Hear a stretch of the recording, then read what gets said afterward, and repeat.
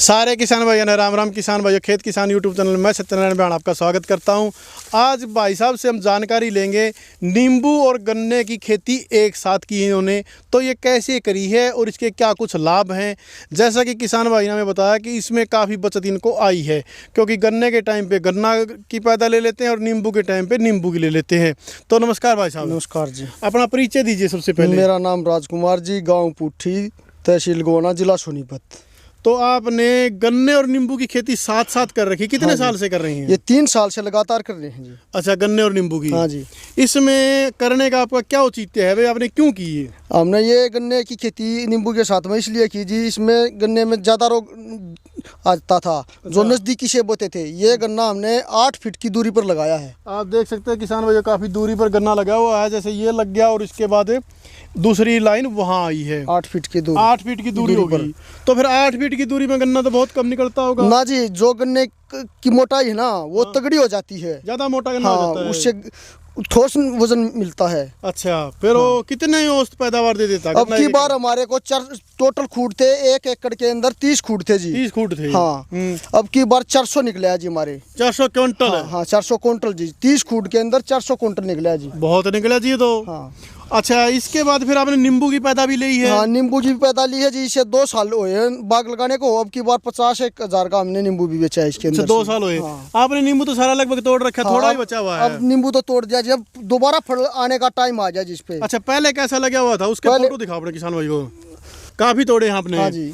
अब ये बताइए कि जो आपने नींबू की पैदावार है उसमें भी काफी गैप रखा है, इसका कारण है? इसका ये मोटाई ज्यादा जिसे हवा पास होनी जरूरी है जिसके अंदर में। तो इतना गैप तो मैंने कहीं नहीं देखा इसके अंदर से बागों के बीच में ये जो हमारे को 8 फीट पे गन्ना लगा रखा है ना जी। हाँ। इसको भी हमें करना जरूरी है। अच्छा, बीच में गन्ना करना जरूरी है, नहीं तो हमें गहराई हो जाएगी तो गन्ने पे लोड पड़ेगा इसका नींबू का। ठीक है। बाग का जी, नींबू के बाग का गन्ने के ऊपर लोड पड़ेगा। और जो जो टाइम बढ़ता जाएगा नींबू का, उसी टाइम से ये पेड़ा पूरा फैलाव करता चला जाएगा। गन्ने को 3 साल के बाद खत्म कर देंगे। खत्म हो जाएगा गन्ना। तो 3-4 साल की ही फसल है। हाँ जी।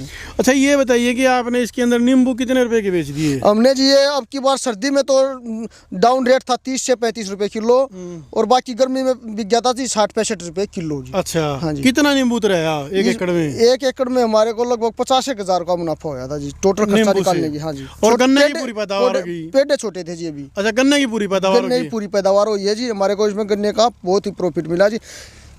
तो मतलब आम गुठलियों के दाम है, गन्ने की पूरी पैदावार होगी, नींबू बोनस में रह हाँ गया। जी। इसमें कोई वो नहीं है जी, ज्यादा गहरे से गन्ना लगाना भी कोई वो उचित नहीं मानते जी। ना जी। तो आपने कितने प्रकार से लगा रखा गन्ना? हमने 3 प्रकार से लगा रखा जी। 1.5 फीट पे जी, 2.5 फीट पे और 8 फीट पे जी। अच्छा, 1.5 फुट, 2.5 फुट और 8 फीट। हाँ जी।